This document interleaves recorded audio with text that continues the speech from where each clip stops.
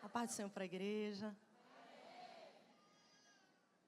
Queridos, quero te convidar a abrir sua Bíblia. Livro do profeta Jeremias, capítulo 1.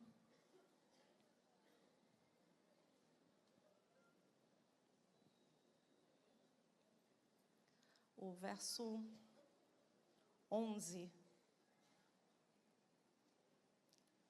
Livro do profeta Jeremias, capítulo 1.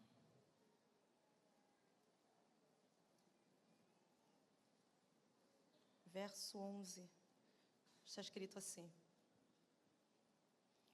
A palavra do Senhor veio a mim dizendo: O que você está vendo, Jeremias? Eu respondi: Vejo uma vara de amendoeira. O Senhor me disse: Você viu bem, porque eu estou vigiando para que a minha palavra se cumpra. É uma grande alegria estar aqui, mais uma vez, Conferência de Mulheres, mais um ano. Sou imensamente grata aos pastores Felipe, pastora Dani. É uma grande honra, uma grande alegria vocês me permitirem falar à igreja. Deus em Cristo Jesus abençoe. Eu agradeço a toda a igreja. Eu sei que o Senhor sempre fala aqui, tem falado durante esses dias, irá continuar falando daqui para frente.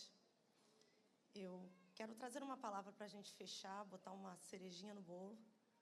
Eu orei ao Senhor e o Senhor me trouxe esta palavra. Eu não tenho pretensão em gastar todo o assunto, não teria como, mas quero dividir com os irmãos uma palavra que o Senhor trouxe até a mim para conduzir até vocês. O profeta Jeremias é um dos profetas maiores mais conhecidos. Porém, ele está no grupo dos profetas mais difíceis de ler. O seu livro possui 52 capítulos dificílimos de conseguir ler devido ao grande grau de dificuldade com relação aos juízos que são declarados, uma questão de ordem também. O livro não está totalmente em ordem. Há capítulos que destoam, afinal, o que se entende é que tanto Jeremias quanto Baruque, o seu escriba, ajudante, escreviam e depois lembravam de algo e escreviam depois, mesmo que isso tivesse ocorrido antes. Como papel, escrita, não era algo fácil, não tinha como você jogar fora o que já havia sido escrito. Era preciso dar continuidade, mesmo fora de ordem.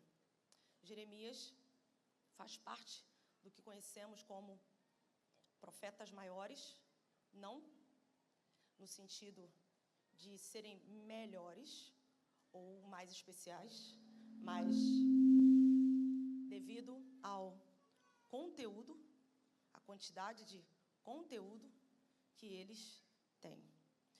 O profeta Jeremias, ele é o profeta que tem a característica mais diferente de todos os outros.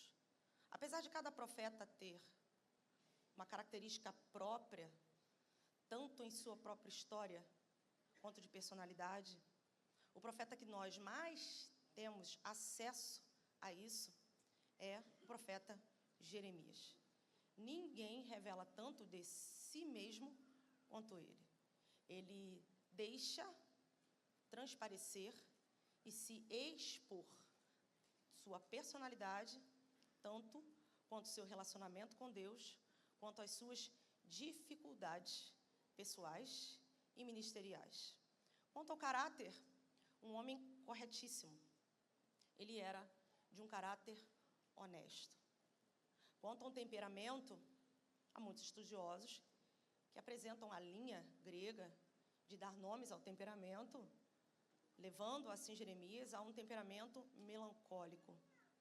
Aos que dividem em extrovertidos e introvertidos, Jeremias tinha o temperamento introvertido. Ele era alguém introspectivo, não era uma pessoa extrovertida e falante. Traços de personalidade: gentil, amoroso, tímido, calado, observador, muito analítico. Ele não era um homem dado a ministério público. Com certeza, serviria bem para aquilo que nasceu no sentido humano para fazer. Ele descreve no capítulo 1, coloca para nós no capítulo 1, observações de seu chamado de profeta. É como se ele oferecesse credenciais de seu chamado de profeta. Tudo no capítulo 1. A ideia é justificar quem ele era e como ele começou a profetizar. Ele nasce aproximadamente, datas bíblicas não são fáceis, nós temos aproximação. Nasce no ano 640 a.C., 650, 640 a.C., e ele começa a descrever, por isso nós conseguimos datar seu nascimento, no capítulo 1, qual é o contexto que existe, tanto geograficamente, quanto historicamente, religiosamente, socialmente, de quando ele nasce. E ele começa no capítulo 1 dizendo: palavras de Jeremias, filho de Ilquias, um dos sacerdotes que estavam em Anatote. Anatote era uma cidade que ficava a 5 quilômetros de Jerusalém, aproximadamente, mais para o lado desértico. De lá se conseguia ver as muralhas de Jerusalém apenas. Ele conseguia ver os muros de Jerusalém. Não era muito distante, mas era um pequeno vilarejo. A tradição, e alguns teólogos explicam, que Jeremias, possivelmente, era de uma família que descendia de Abiatar. Abiatar foi um sacerdote que foi humilhado, exposto e jogado para Anatote por Salomão, devido a alguns problemas que ocorreram com ele. Se isso de fato for verdade, Jeremias era da sucessão de Eli, o sumo sacerdote, que teve um fim muito trágico e um direcionamento muito complicado naquilo que o Senhor lhe deu. Mas, se trabalharmos com essa hipótese, de fato, ele vinha dessa linhagem. E ele começa a explicar quando a palavra do Senhor veio a ele. A palavra do Senhor veio a ele no 13º ano do reinado de Josias. Ele está situando quando a palavra de Deus vem a ele. Isso é interessante, porque Jeremias, então, começa a se colocar em um contexto tanto quanto complicado. O contexto que Jeremias aparece e que ele dá-se a conhecer na narrativa bíblica era um contexto de grande tensão política. Ao norte, a Síria, extremamente corrupta, e uma nação daquilo que a gente conhece como muito piores do que o terrorismo de hoje. Uma nação muito altamente terrorista. Ao sul, o Egito, que representa tudo aquilo que é idólatra e ao contrário da lei do Senhor. Ao leste, Babilônia, que vem crescendo. No meio, Israel. E é interessante que Israel, o reino do norte, já havia caído em 722. Nós estamos falando em 640 a.C., 650, aproximadamente 620 o tempo. 626, 650, 626. O reino do norte, as 10 tribos já haviam caído. Agora só estava no meio do contexto da Palestina, como povo de Deus, o reino do sul, Judá. Este reino do sul fazia uma ponte entre esses 3 impérios-nação que tentavam dominar todo o crescente fértil. O que era o crescente fértil? Era uma parte em que estava a Mesopotâmia, o território sírio-palestino e o Egito. Nesse território palestino estava Judá, um estado chamado Estado Tampão, pequeno, que fazia e era importante como uma forma, uma tática de guerra para esses impérios que guerreavam entre si para tomar o poder absoluto. Judá era pequeno, bem pequenininho, mas havia uma promessa de Deus ali, naquele povo pequeno e naquele estado insignificante. E qual era a promessa que Deus havia feito? Que dali viria o Messias e que ele, de fato, reinaria e unificaria todas as nações da terra. Um estado insignificante, pequeno, mas que tinha administradores que não sabiam fazer alianças. Ora, para que um estado tampão sobrevivesse, ele deveria saber escolher com quem se aliançar. Se aliança com a Síria e a Síria perde, vira vassalo de Babilônia. Se aliança com Babilônia e a Babilônia perde, vira vassalo da Síria. Então, era preciso saber tomar decisões para fazer alianças políticas corretas. Só que Deus sempre explicou ao povo de Judá que não era a questão política que os fazia crescer, mas era Deus que era o Senhor e dono do seu povo. Então, Deus sempre levantava profetas para trazer o povo de volta a essa realidade. Profetas não vinham pregando novidades. Profetas vinham trazendo o povo de volta àquilo que já foi dito há muito tempo, mas que eles insistiam em fingir que esqueciam. Então, o profeta vinha para lembrar, voltem-se à lei de Deus. Existiu um rei chamado Acás, que Isaías levanta e diz para ele não fazer aliança com a Assíria, mas ele não ouve, faz aliança com a Síria. Seu filho Ezequias tenta sair da Síria, não consegue sair. É livre das mãos de Senaqueribe, mas por pouquíssimo tempo. Depois, acaba tendo que pagar e continuar pagando imposto à Assíria de qualquer maneira. Deus livra, mas não livra para sempre. É preciso que agora continue vivendo corretamente. Depois de Ezequias vem Manassés. Manassés desfaz toda e qualquer tentativa de Ezequias de consertar as coisas. São 55 anos na mão de Manassés. Manassés volta com tudo para a Síria, traz os deuses de volta para Israel, coloca em Israel a adoração a Moloque, que é o sacrifício de crianças, coloca a adoração, a prostituição cultica dentro do Santo dos Santos no templo, faz o templo de orgia e ao redor do templo também, tudo que é tipo de coisa que a gente possa imaginar de degradante, astrologia, feitiçaria, o mais baixo grau de idolatria. E todo este povo fica à mercê deste rei. Segundo a tradição, é ele que mata o profeta Isaías cerrado ao meio, porque ele quer calar a palavra de Deus.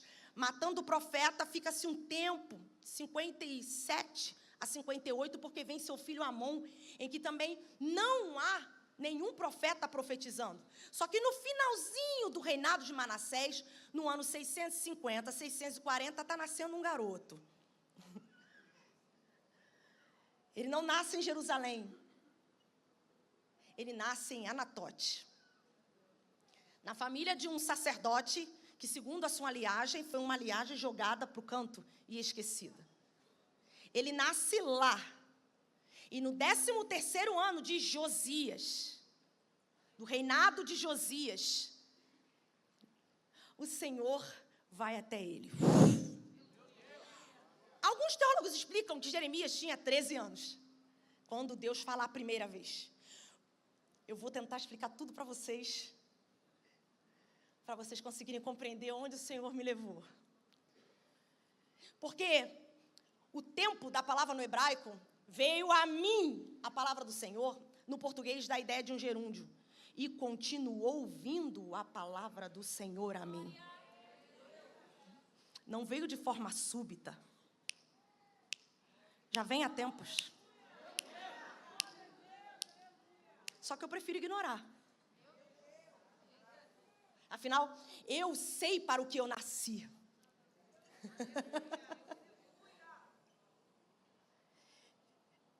Ele profetiza quando esses impérios, nações, estão quebrando o pau para ver quem toma o poder. E Judá, impressadinha no meio. Corrupta! Só que tem dono. dono. Então, ai de quem mete o dedo para atacar naqueles a quem Deus ainda tem um propósito. Deus tem um propósito. Até porque no meio destes tem gente certa. Foi exatamente isso que Deus já havia dito a Elias. Tu não é a última bolacha do pacote.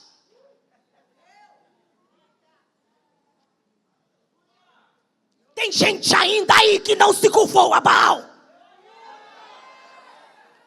E é o Senhor quem garante. Eu preservei. Eu mantive para mim 7.000.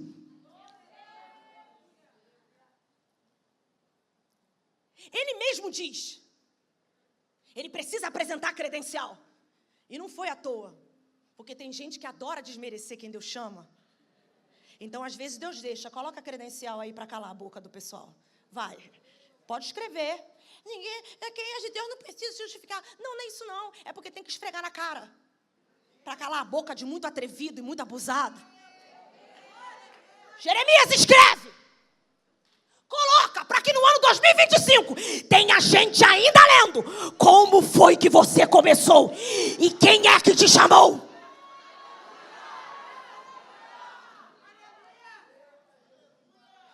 Ele explica os reis do tempo em que ele profetizou. Josias, o reformador. Jeoaquim, o déspota. E Zedequias, a marionete. Ele passa por esses 3 reis. E no final da sua vida, Nabucodonosor ainda deixa ele entre os cativos. Entre os cativos não, em Jerusalém. Naqueles que ficaram em Jerusalém. Não, você não vai para a Babilônia, você vai ficar aí. Eles não merecem que você vá até eles. Eles não merecem você lá com eles, os consolando. Não, você vai ficar. E é interessantíssimo como o Senhor se revela a este rapaz. E continuou ouvindo a minha palavra do Senhor, dizendo: antes que eu te formasse no ventre da sua mãe, eu te conheci. E as nações te constituí por profeta. Tímido, introspectivo, introvertido, calado, observador, analítico, de um caráter honestíssimo, família de sacerdote, possivelmente estudou para ser sacerdote, porque quando você lê o livro, você percebe como ele sabe onde os sacerdotes estão errando.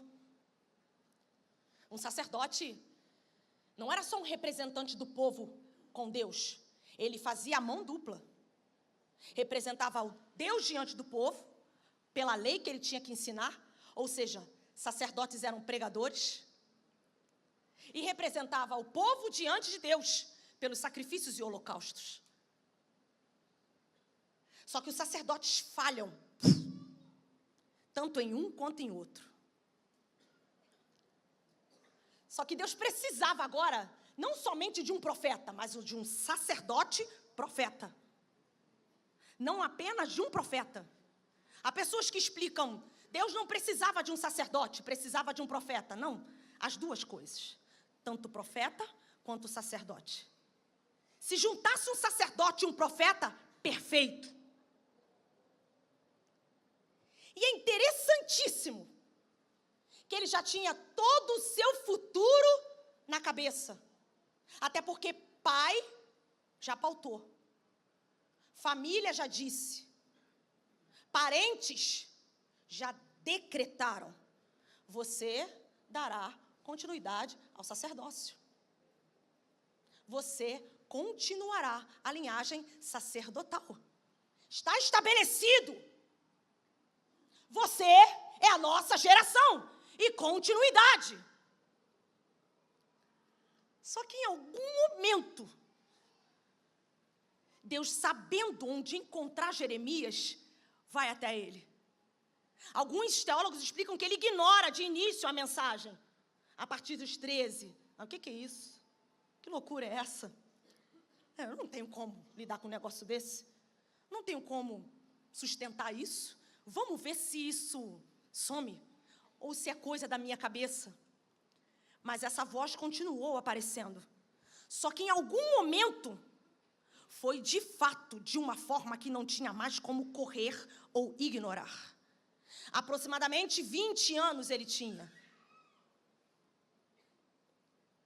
Se ele tinha 20 anos, ele ainda não poderia começar o ofício de sacerdote, que era com 30. Então era considerado ainda adolescente naquela cultura. Um adolescente treinando e aprendendo para ser sacerdote. Um estabelecimento familiar. Deus aparece e começa a falar algo interessante para o profeta.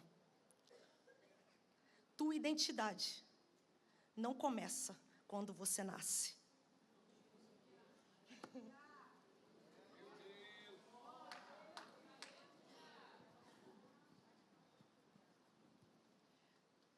Isso é tão interessante que Deus precisou fazer isso. Eu vou explicar para os irmãos de uma maneira que todos entendam o que é isso.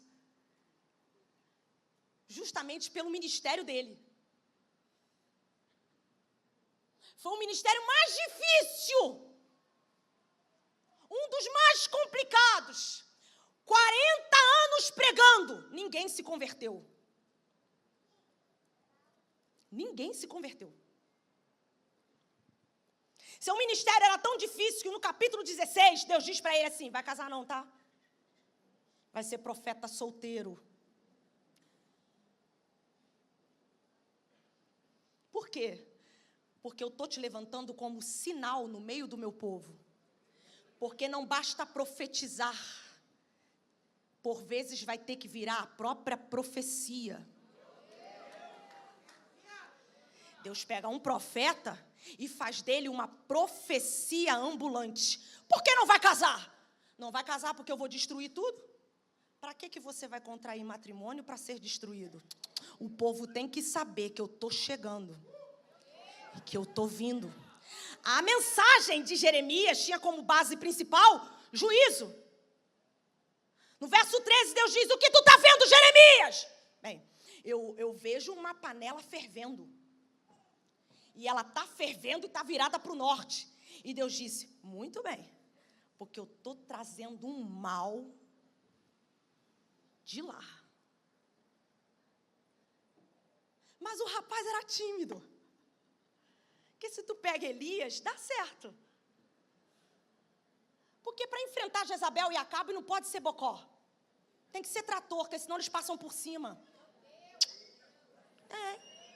Já tem que chegar diante deles assim. Se tu abaixar o nariz, acabou. A ideia é, tá vindo me buscar por quê? Manda fogo.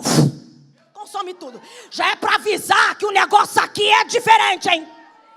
Não é porque eu sou crente que eu sou besta.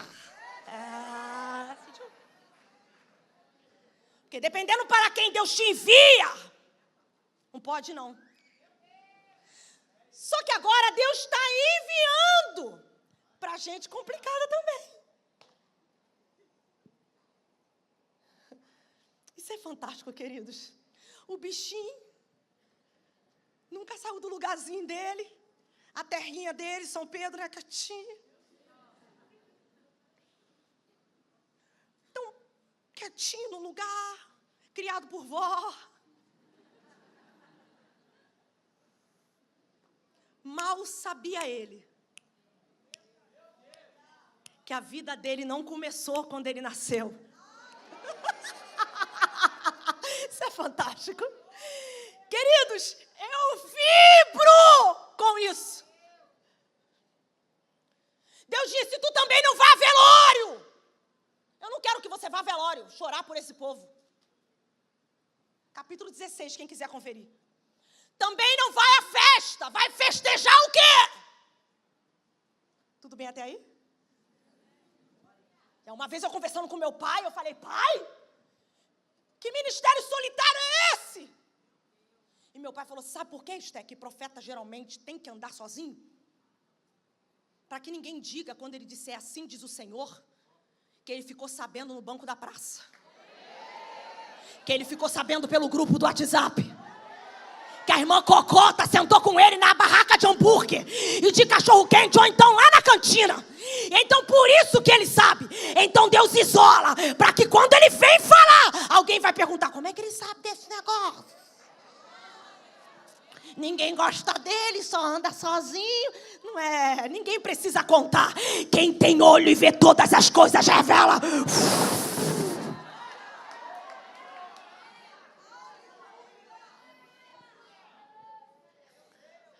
Era tão difícil ser e exercer o chamado de Jeremias, porque não era só exercer o chamado, era ser quem ele era.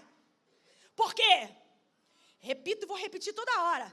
Tímido, quieto, calado, introvertido, pacato, observador, analítico e uma pessoa de bom coração.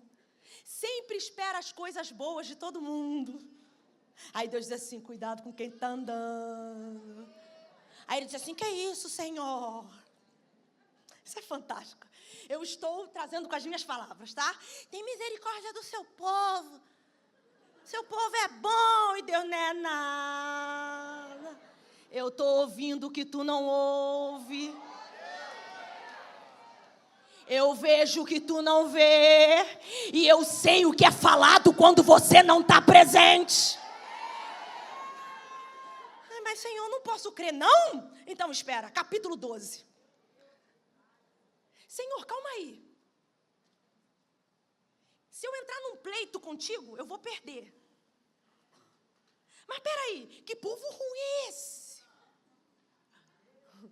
Imagina a cara de Deus, não te falei? Não, peraí, Senhor. Porque tu disse que tu ia castigar. Até agora não está castigando nada. Pelo contrário, estão tentando me matar. E os da minha terra estão tentando me matar, Senhor.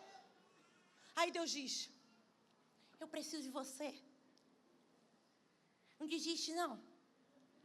Estou contando contigo. Se te fadigas andando com os que vão a pé, você não está pronto para correr com os que vão a cavalo. Como assim? Você está achando ruim teus conterrâneos te perseguirem? Tua família também quer te matar. Por quê? Porque a família estabeleceu um planejamento. E Jeremias está saindo do padrão.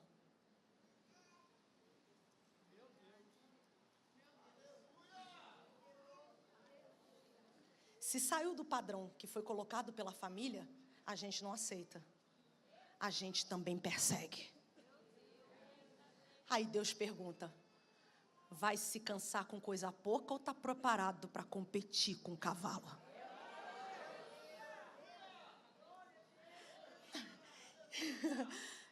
Vou dar um pulo lá, mas eu preciso ficar aqui porque a gente já está passando muito rápido a hora.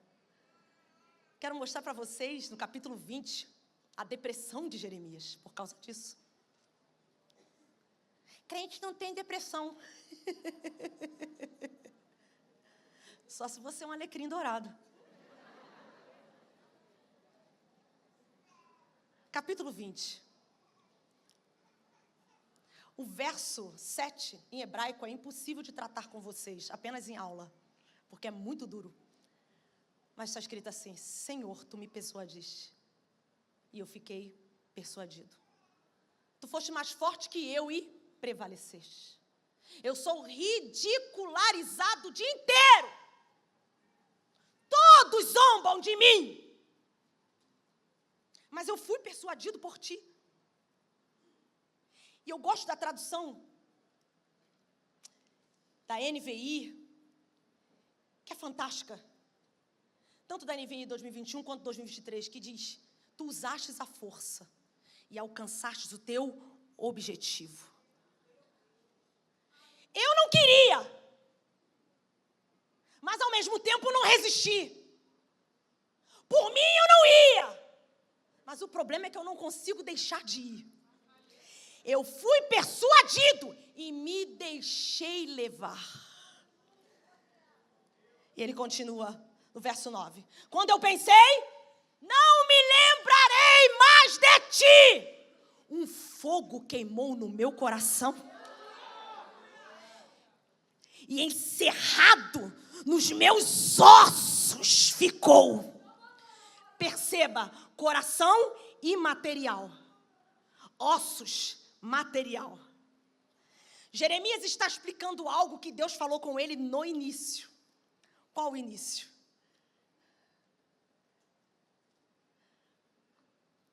Para ninguém sair daqui perturbado, tá bom? Antes que tu te formasse, coração e ossos.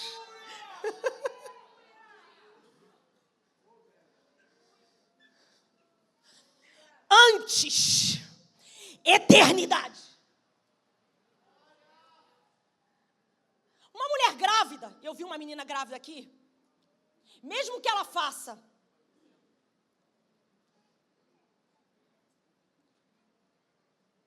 em 3D, uma ultrassonografia, ela ainda assim não conhece seu filho como é, de fato. Ela só vai conhecer quando? Você sabe quando foi gerado? Você tem ideia quando foi concebido? A hora da concepção, nem médico diz. A hora que tu foi gerado, nem teu pai, nem tua mãe sabe. Aconteceu. Ciência alguma pode datar um milésimo de segundo o momento que aconteceu a concepção.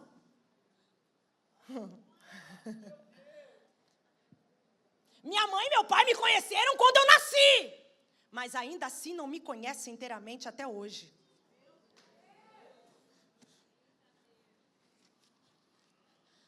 Você pode ter algum tipo de relacionamento comigo, mas ainda não alcança recâmaras profundas de mim, dentro da minha alma. Você pode ter marido, esposa, ser filho ou filha, sogra, genro, nora. Ninguém te conhece perfeitamente e totalmente. E você não conhece essas pessoas perfeitamente e totalmente. Temos relances de conhecimento. A psicanálise tenta entender pelo inconsciente o que nós somos e datar pelo id, ego, superego, coisas nossas que acontecem sem nosso consentimento. Afinal, eu sou o resultado dos meus traumas e construção da minha vida, assim a psicologia explica, pelas circunstâncias, pelo lugar, pelo tempo e pessoas com quem eu me relaciono. Eu sou isso.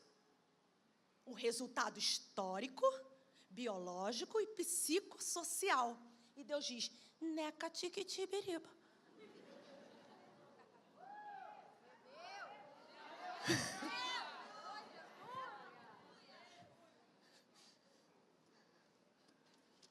Como florescer? Tem gente forçando flor que não nasceu para brotar.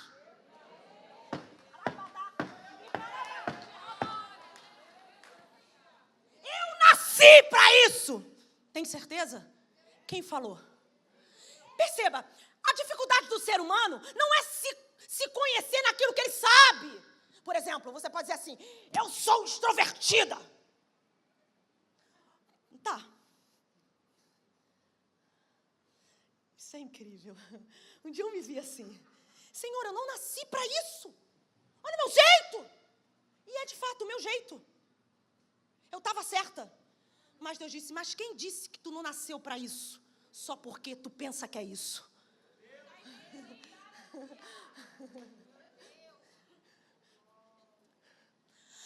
Antes,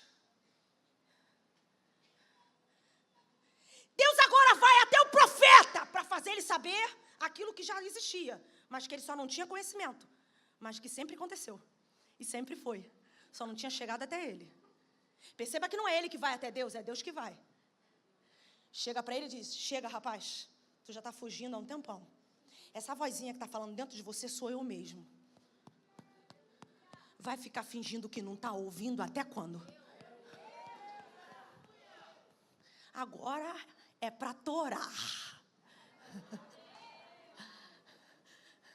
Deixei tu pensar que estava fugindo. Agora, eu e tu. Eu já vou chegar dizendo para você uma verdade. Tu não é quem tu pensa que é. Eu sei quem você é. Antes que eu te formasse no ventre da sua mãe, a sua mãe pensa que fez você, mas eu só emprestei para tu vir à existência. Eu sou o teu pai.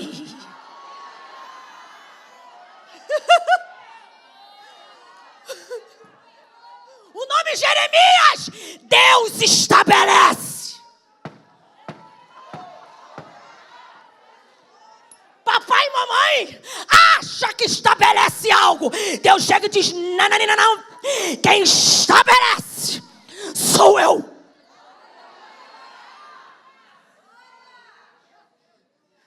Para te explicar isso aqui em palavras que você entenda. Antes de tu ser, tu já era.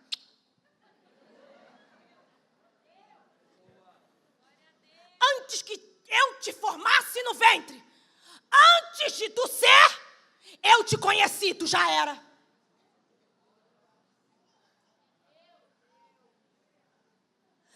Antes de pensar em existir, nós dois já tínhamos um relacionamento. Porque conhecer aqui não é só saber que alguém existe. A palavra no hebraico é relacionamento íntimo. Jeremias, fica tranquilo.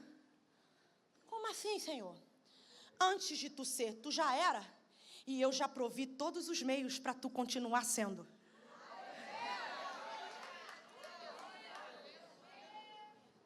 Isso é incrível. No hebraico é algo incrível e fantástico. Porque há pessoas que nascem, mas nascem somente para existirem, sem propósito.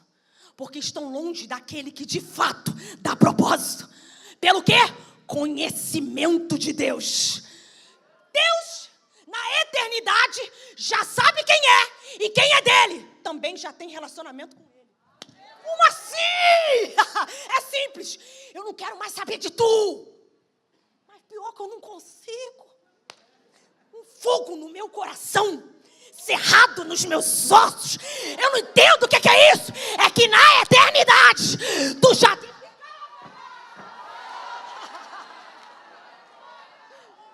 Isso é tão fantástico que o capítulo 20 revela essa verdade de forma incrível. Se você ler, ele diz assim: não quero mais saber, hein?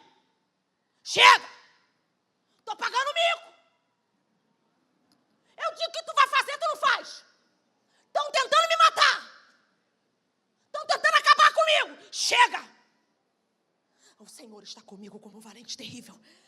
Aí daqui a pouco, cantem louvores. Maldito o dia que eu nasci. É você todinho. Hoje eu estou pronto para ir para a igreja. Conferência. Semana que vem, eu estou desanimado.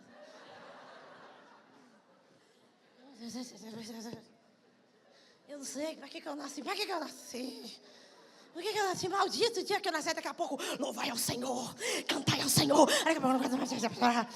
Aí Deus está explicando para o profeta: está pensando que tu me surpreende com essa tua loucura? Eu te conheço.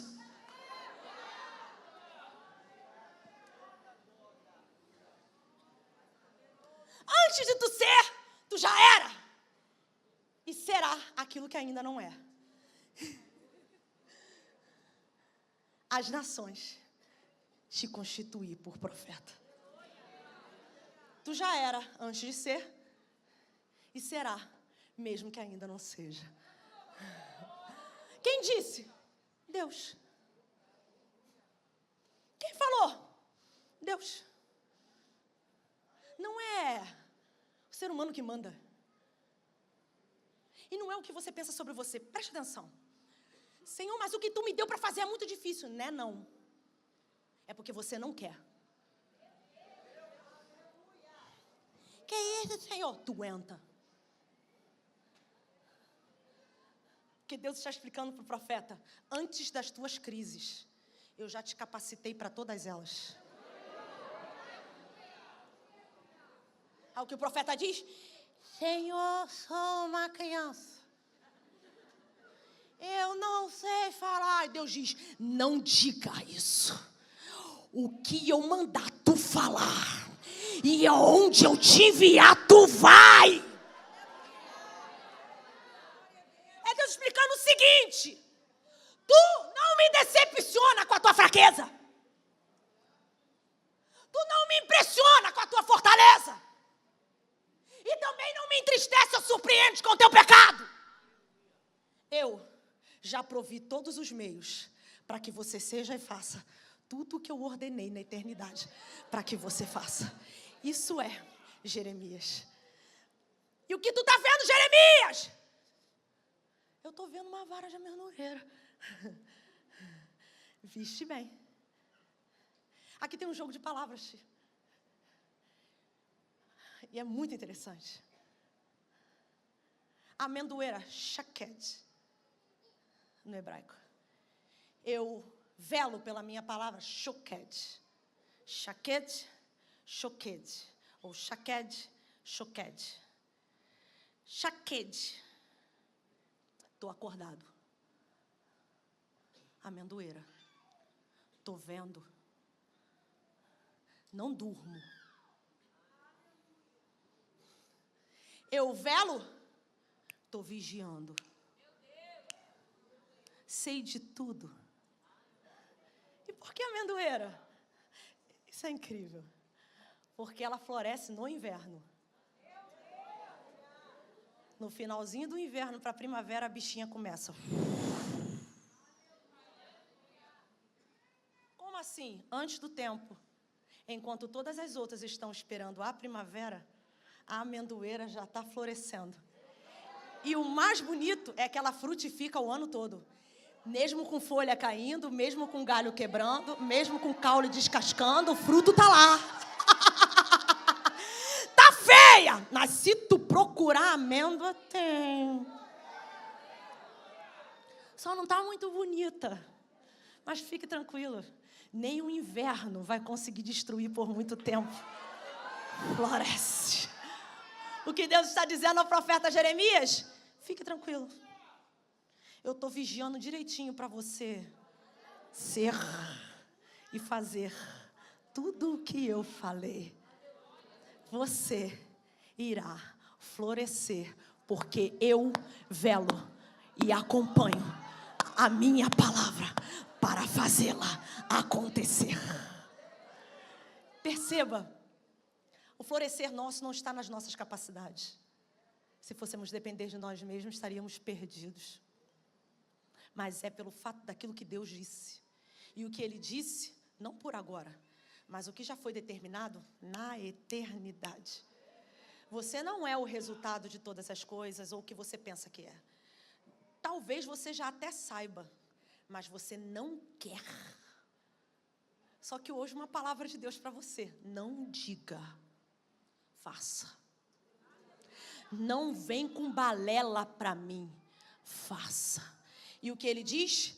Isso aqui para mim é incrível. No decorrer do capítulo ele diz: prepare-se e vá fazer o que eu mandei. Se tu mostrar medo, eu vou ter que deixar você passar vergonha diante deles. Por quê? Porque não tem necessidade de você ter medo. Eu já te equipei com tudo que você precisa. Mas tem uma coisa, eles vão pelejar contra você. Mas eles não vão prevalecer contra você. Porque eu sou contigo para te livrar, diz o Senhor. Não, você não é essa mulher agressiva. Você não é essa tempestade toda. Você pensa que é. Porque comigo é assim, eu falo na cara. Não, você não é isso. Para com isso. Você quer meter medo. Você quer se defender. Só que Deus precisa da tua fragilidade. Percebeu? Viu? Como que você sabe que você não é, mas você não aceita ser o que Deus disse que você é? Não é que você não saiba, é que você não aceita. Eu tenho uma palavra para você. Tu não vai conseguir ser. Vai viver mendigando e entristecido. Vai entrar e sair de congressos e conferências. E nunca vai mudar. Porque não se rende àquilo que já foi dito na eternidade. E a eternidade diz: você é isso que tenta evitar. Não corra. Eu te conheço. Não fuja. Eu quero cantar a capela. Eu quero justificar porque estava sentada, estou com uma crise de asma muito forte. Mas eu quero cantar a capela, um pedacinho de um hino. Somente voz mesmo, se sair falha, pode reparar. Não tem problema. Deus tem um plano em cada criatura. As aves Ele dá o céu. A cada rio Ele dá um leito e um caminho para mim traçou. A minha vida eu entrego a Deus, pois o seu Filho a entregou por mim. Não importa onde for, seguirei meu Senhor. Sobre terra ou mar, onde Deus mandar, irei.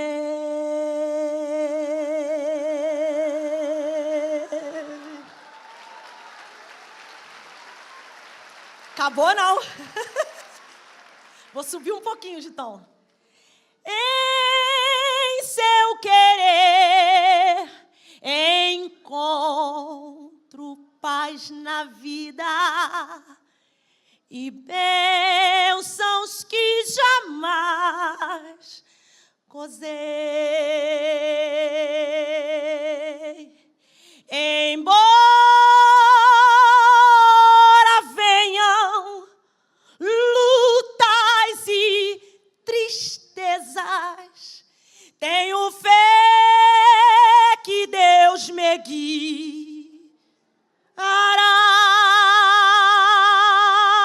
A minha vida eu entrego, entrego a Deus, pois o seu Filho lá na cruz a entregou por mim. Não importa onde for, seguirei meu Senhor. Sobre terra ou mar, aonde Deus mandar, irei, irei, irei, irei, irei, irei, irei, irei, irei.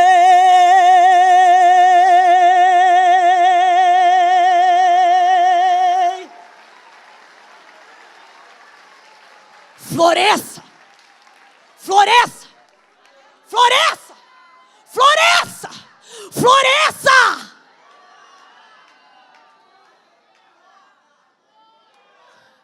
Jeremias, te conheci e te consagrei. Não é o contrário. Te dei, consagrei e conheci. Eu conheço porque conheço. Consagrei porque consagrei. Aí enviei. Não é consagrar de ser moral, bonitinho moralmente. É consagrado porque tem dono. Eu vou finalizar, só a gente vai embora. Mas o que Deus tem para nos dizer, de maneira simples, você não consegue florescer, porque você não sabe a quem pertence. Deus não te consagrou para evitar que você sofra, mas que apesar do sofrimento, tu cumpra aquilo que foi chamado para cumprir. Sucesso não é as pessoas reconhecerem o propósito que Deus tem com você. Sucesso é Deus saber que você está fazendo exatamente aquilo para o qual você foi destinado. Deus é inescapável.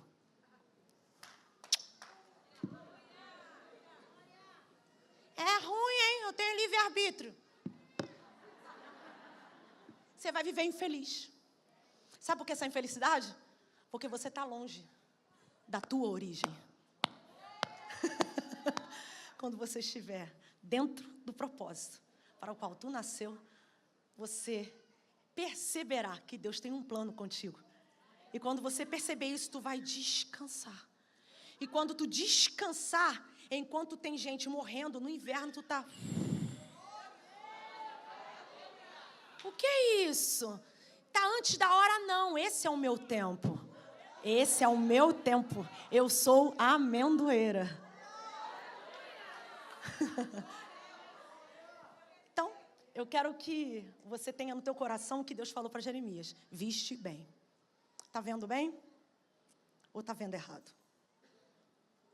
Eu espero que você saia daqui com essa palavra. Viste bem.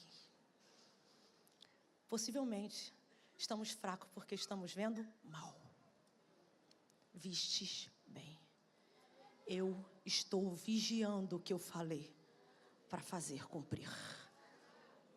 Se você nasceu para ser, é porque você já era. E se já era antes de ser. E será, mesmo que ainda não seja. Deus te abençoe. Deus te ilumine. Deus te ajude. Obrigado por me ouvir. Um dia a gente continua. Agradeço a oportunidade. Em nome de Jesus. Aleluia!